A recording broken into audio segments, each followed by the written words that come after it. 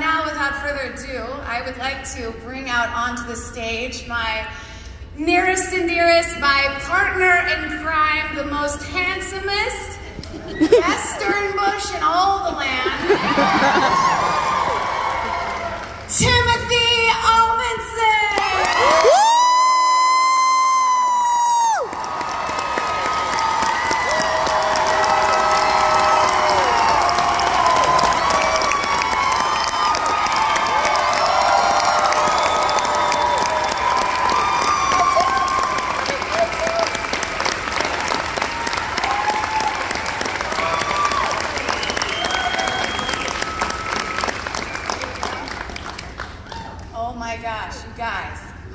So exciting.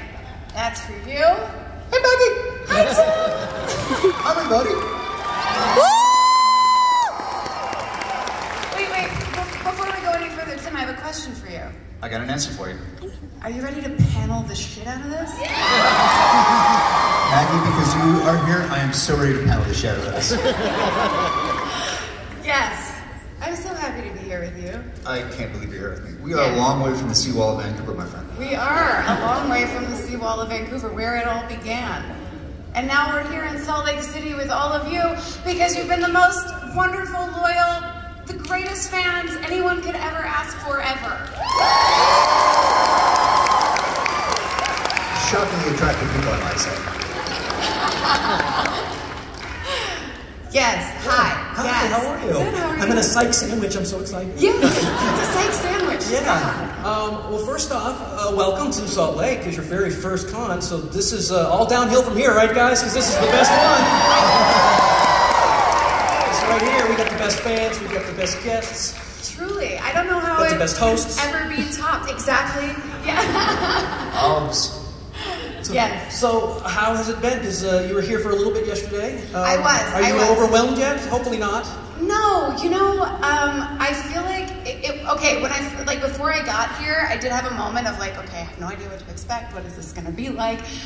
And I walked in and everybody is just so sweet. Everyone working here, all of you, meeting all of you yesterday, all of your awesome costumes, all of your kind words, all your support and love. Like, honestly, it just feels like a giant love fest, which is what our show always feels like. So, I don't know, I immediately was at ease because I just felt like we were with our extended family here, so, well, yeah. And that sweetness does rub off because I listen to The Psychologists Are In, so if you don't, subscribe to it right now. Hey, I love that podcast. Yeah, they got some pretty good people on occasion. We do, you know. But how do you like the podcast world? I mean, honestly, we get to hang out for like an hour every week talking about our most favorite thing in the whole world. Well, psych and each other. Tough to choose which is more favorite. Which one? Tough to choose. Oh, it is tough to choose. I mean, as you guys know, if you haven't listened, for the first like 10 minutes usually of every podcast, all we do is talk about how much we love the other Sorry, one. Maggie, by the way, have I told you how great you look today? Oh, thank you. Let's see. Tim, I will be giving you some of my earnings back this weekend just for saying that. It's all gratis, my friend. You look fantastic as well. Doesn't Good he look night, so good? You look so great, Tim. Thanks to Allison. We both wear our glasses too. I love it. Oh, all three of us. I made sure to coordinate because I'm desperately trying to get on the podcast. But so I'm no way that might happen. That will have to happen. Oh, hey. Yeah, that's gonna happen. I live in SoCal, so we can do this. Anyways, as I try to, it's not about me. Tim, so what I told my in-laws that I was going to be here at FanX, which I am every year, I'm like, I am going to be with Maggie Lawson and Tim Amundsen, and and unfortunately they don't know the names, because it's, you know, they know the faces, so they're like, who's he with? And I'm like, have you watched Psych? And they went, no.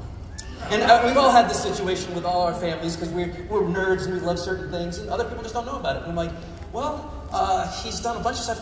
Have you seen Gallivan? Oh, Gallivan! I love Gallivan! Oh my God! That's like being married into a brilliant family. And then they said, which one is he? And I said, he is the one, and we talked about this last year, the magnificent beard. So talk about Gallivan, because it was short-lived, but it had a huge impact on people. How great was Tim and Gallivan, you guys?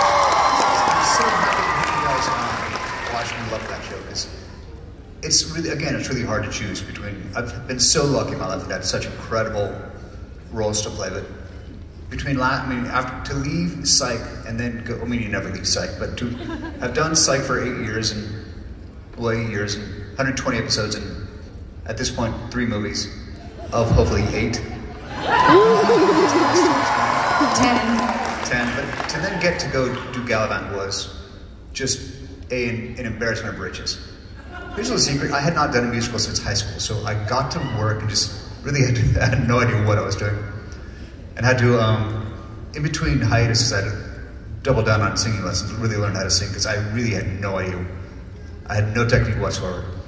There was a moment where I was in the recording booth with the great Alan Menken. You know, he's done some stuff. And I'm recording one of my first songs of Should Be Mine, my big song from the, I think it was the pilot. And I can't hit the top note. And I can sort of see through the recording booth glass and all the producers are kind of looking at each other. And I immediately like the flop sweat starts. I'm like, I am getting fired. They're gonna realize, they're gonna discover I'm a fraud. I'm gonna get fired immediately. And Alan comes in the booth with me and he's trying to teach me how to sing. And I'm like, this is horrible. So I left the booth that day, tried not to burst into tears and vowed that I would never let that happen again. So on hiatus, I went back and took lessons to learn how to sing. Just because I was so afraid I was gonna get fired. So it was the greatest job, second to psych, of my life. I mean, it's like riding horses through the countryside of England, Morocco. Come on. Come on, son. I remember that process. You worked so hard. I remember being on a plane back from Vancouver as psych was finishing up and you were like talking. I remember saying to you, like, what would be, like, you can do whatever you want. What would be your ideal next job? And you kind of said all of those things that Gallivant had before Gallivant had even come along. And then that showed up. And I remember that audition process. It went on and on and on. And I remember being like, he's gonna get this. Like, it literally took 5 months for me to finally get the job. Yeah. So by that time, every human being that my family and I knew I was up for this role. And I was like, this could be so embarrassing if I don't get this job. Oh. But the president of the network had a big English movie star in mind for the role, so that they kept just putting it off until they'd offered this job to like 1 movie star, but 2 movie stars. Not saying who, but they were British. But they weren't Timothy Amundsen. Aww. No, they weren't. Thank goodness. So finally, one of them said, you'll have to hypnotize me to sing, because he was afraid of singing. So finally, Dan Fogelman, God bless his heart, like right from the get-go, was like, don't worry, you're my guy, you're my guy. And we just gotta get the network to finally let go of this dream of these movie stars and you can be in. And the next thing, I'm on a plane to England. And you're still his guy. And then in the Dan again, after, I'm so incredibly lucky. So to go from Gallivant and then, Maggie, did you hear I had a stroke? Wait, what? Oh yeah, it was in all the papers. I'm okay though. Oh, you're fantastic. You're better than okay. You're more than okay. You're well above average. He's getting there. You're the greatest warrior I know. So to go from that little massive brain injury to then have my psych family rally behind me like they all did, to build the movies around me, it was just, I'm still gobsmacked by it. Well, you inspire us. Well, are you ready for what is the best crowd in the history of Comic-Cons? Oh, yes. I'm sorry, comic conventions, fanx. So here we go. Wait, what? No, wait.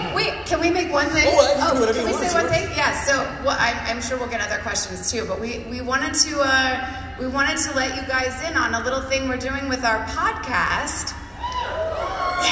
Thank you. Which is we are launching a Patreon where we will, because you guys have been asking for it, where the Zooms, the actual video of our podcast will finally be up. You will have ad-free versions of our podcast finally up. And I didn't even know that part. Yeah. But the most important part is you'll get to see this ray of sunshine and this. every week, because that's the best part for me of the podcast, is getting to watch, actually get a little FaceTime, a little Zoom time with my dearest friend Maggie. Yeah, you psychos have been asking for it, and so we're bringing it to you in our Patreon, which is launching today, actually. That is synchronistic. That is synchronistic. What'd you say? I said it's very synchronistic that it's yes, launching today. It is synchronistic. Sorry, I couldn't hear the speakers. So it's at the Psychologists Are In Patreon, and we will also have like early merchandise drops. We will have hopefully live shows very soon for you guys. So the tickets will be available on there. And probably my most favorite part of the whole thing is that. Are you all sitting down? They're sitting down. Okay, hold on to your shots because it's going to knock them off. Yes. Okay, go, partner. Is that as you sign up, your name will go into a drawing, raffle, lottery, whatever you want to call it.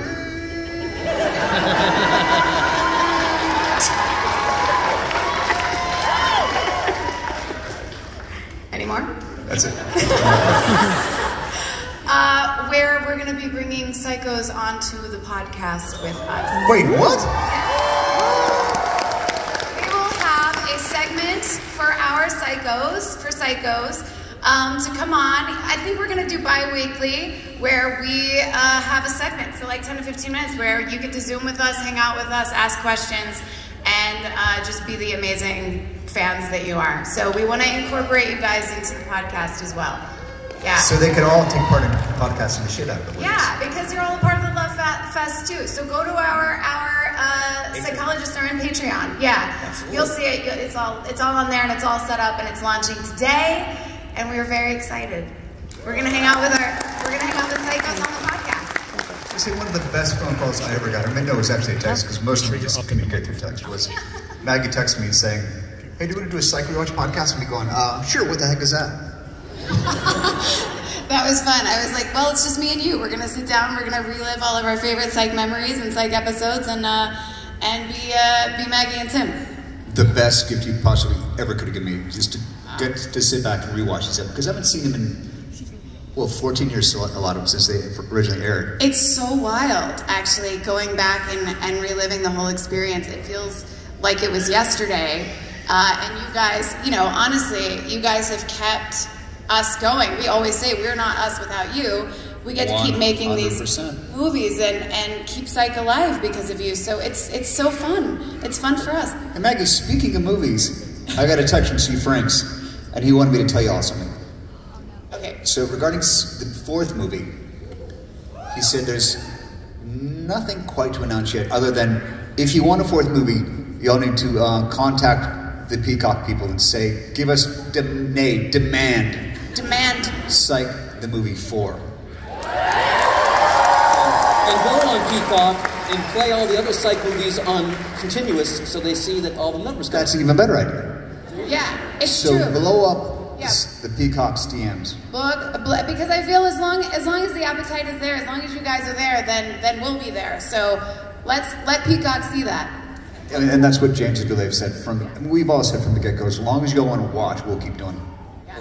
You are officially a podcaster now because you are pushing merch, you're promoting your podcast like a good podcaster should. So welcome to the family of podcasters. It's so fun, honestly. It's a whole other world that we've been exploring. We had no idea what we were doing, and now we're fully in. No, Maggie stopped me everything because I know nothing about it until it was like, what do I do? I'll text you before. I'm like, what do I do? First of all, what are we wearing for the podcast today? Well, we also have Devin, and I don't know if you guys have been listening to podcasts. Devin has truly become like a psycho, and we could not be, and Cloud 10, honestly, everybody, but Devin has been our right-hand gal from the beginning, and we couldn't do anything without her, so. So this is a thank you to her, too. It's quite fitting that our first question is going to be from looks like a living pineapple. Oh! So say your name and then tell us our great question. Hi, I'm Erica. Hi, Erica. With a pineapple. I love it, and you are. You with a pineapple, and you are a pineapple. I love it. That is correct. You are delicious flavor embodied. Yes. Well, I heard it both ways. Oh, no, she didn't. I see what you did there. You got that right. Uh-oh, sassy pineapple here. So my question is, between the show, Psych show, the Psych the movie, what was both of your most heartwarming, fun moment as a Psych family? I have a couple, but it's hard to pick one because... Then you go first. I would say, well, for Tim and I, because we're here, that clock tower scene in Mr. Yin Presents, for me, was a really powerful moment for both of us. I feel like not just because our characters took a leap there, but also because our friendship at that point had grown to such a place that it felt like that was like starting to weave into the story like really, really deeply as well. So I think for me, for us, and the way James shot it for us at the time he gave us, and that he had this like dolly shot going that was just so beautiful up there. And he had the music playing, you know, that song, that Band of Horses song that plays at the end of Mystery and is so good. He would play that for us just to help us sort of get in the mood. Like, so magical. The whole moment was so magical, and I felt like it was really big. Obviously, our scene in Odyssey as well, because that was, I think that was Maggie and Tim more than that was Jules and Lassie.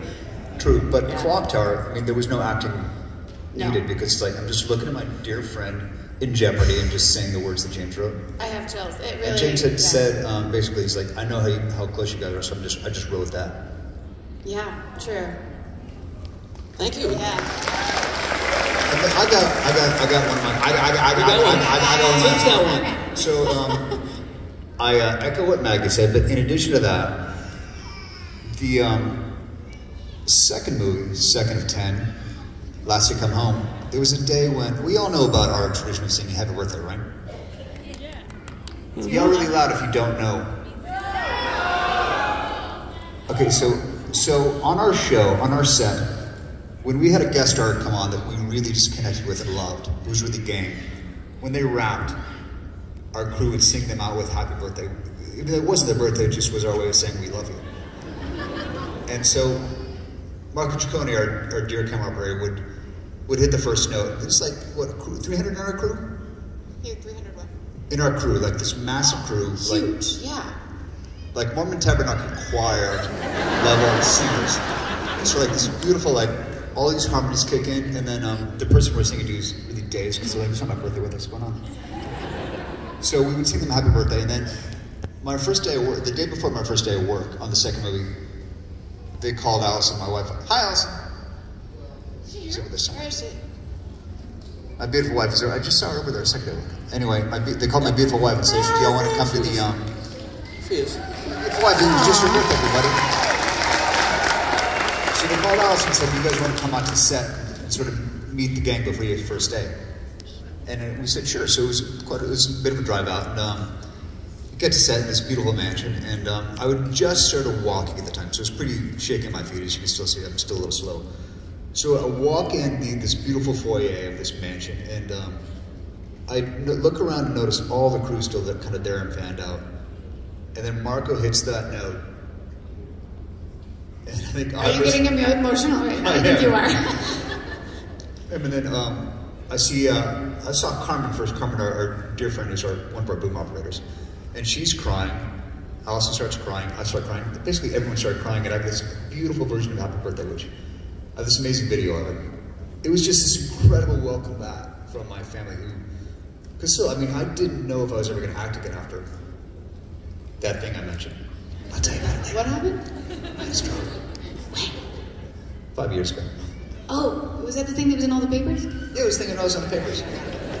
So, I mean, I had no idea if I'd ever be able to do this again. And again, so my family writes this part for me, builds it so I can still be as limited mobility as I need to be. And even though like my voice still wasn't even there. But so to have that group just come and wrap their arms around me. I mean, psych in general is just a warm blanket of love. Both from my cast and crew and creators and our fans, our psychos. I will also add in all of that love is just a reflection of you and who you are. So everything that we were doing was just out of our love for you that you have shown us for so long as well, and the amazing person that you are. Oh, here we go. Sorry. And the warrior that you are. We learned so much from you. And oh my gosh, we have so many more So I picked her out. By the way, you know, I was here last year, some of you may know, and when they were kind of asking me to come again, I said I would love to, but there's no way I'm doing this without my partner, Maggie. Because I need this human ray of sunshine here with me. Well, now I'm gonna cry. I got an extra fresh. People cry at Comic-Con. Oh, yeah. I'm only here as like an emotional support animal. That's why I'm here. Thank God. Yeah. We clearly need it. Yeah. If you want, you can hold my hand, or I can just stand here. And This one's clean for whoever needs it. Okay. Thank you. Got you freshie just in case. We didn't cry this much on the show. What? We didn't cry this much on the show. Yeah, we did. Who are we kidding? We're a couple saps. that's why we love you guys, because you guys are right there all the time. You show how much you love each other. It's crazy. The podcast is just, I mean, you definitely.